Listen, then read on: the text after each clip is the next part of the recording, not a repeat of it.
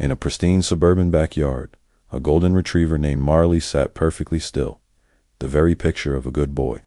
He watched the back door, his tail thumping a steady, polite rhythm. A butterfly fluttered by. He didn't flinch. A squirrel chattered. He gave a single, respectful woof. Lounging on the porch railing, Chewie, a wiry orange tabby cat, watched with a single, skeptical eye. This level of obedience was, frankly, pathetic. The back door opened, and a kind hand placed a bowl of kibble on the patio. The owner's voice floated out. "Good boy, Marley. Dinner time." The door shut. Marley waited, counting in his head. On the self-imposed count of 10, he trotted over and began eating with neat, polite bites. Chewie's tail twitched in annoyance. This was an insult to chaos itself. Once Marley had licked the bowl so clean it shone. He sat beside it, waiting. Chewie sauntered over. "You know," he purred dryly, "they don't give you a medal for that." Marley wagged his tail. "Hello, Chewie. It's the rule. Bowl goes down. I wait 10 seconds. Then I eat. Rules are good." Chewie scoffed. Rules are suggestions written by the unimaginative. In one fluid motion, Chewie hooked a paw under the empty bowl and sent it clattering across the patio like a hockey puck. Marley gasped in horror.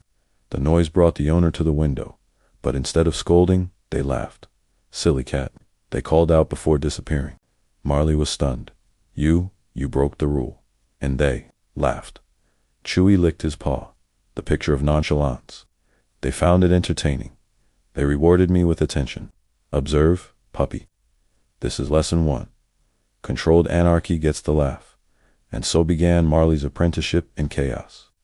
First, Chewie demonstrated the art of the inconvenient nap by sprawling across a keyboard. Marley tried his best, awkwardly flopping onto the TV remote, blasting the volume. The owner just smiled and moved him. The lesson: be a charming obstacle. Next, in the kitchen, Chewie executed a delicate pause wipe, knocking a single meatball from a plate.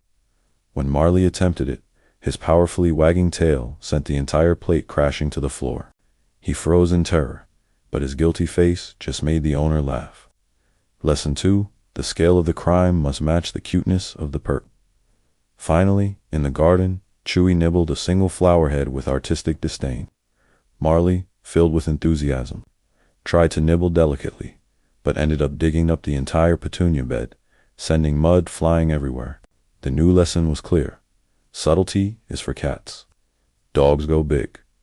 Marley was a changed dog. His fur was mussed, a leaf was stuck in his collar, and his eyes gleamed with excitement. "I did it, Chewie," he panted. "I knocked over the trash, not to eat it, just for the clatter. It was magnificent." Chewie purred proudly.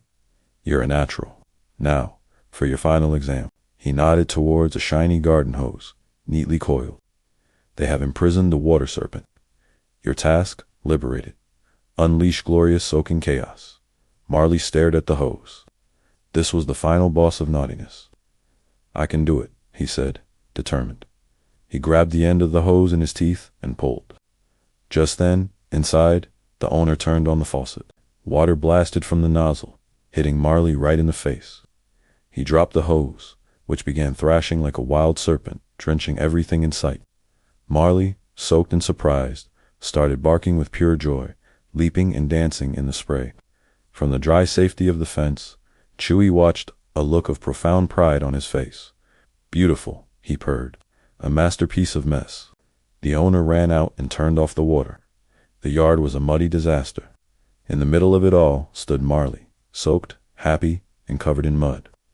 He braced himself for a scolding, but the owner took one look at the joyous dog and the proud cat and burst into a deep, genuine laugh. "Oh, Marley, you goofball," they said, grabbing a towel. As the owner rubbed him dry, Marley looked over at Chewie, who gave him a slow, deliberate blink, the highest cat compliment. Wrapped in a towel, getting ear scratches, Marley had never been happier. He was warm, loved, and just a little bit naughty. The master of chaos and his star pupil were the perfect team. Thanks for watching. Don't forget to like and subscribe for more adventures.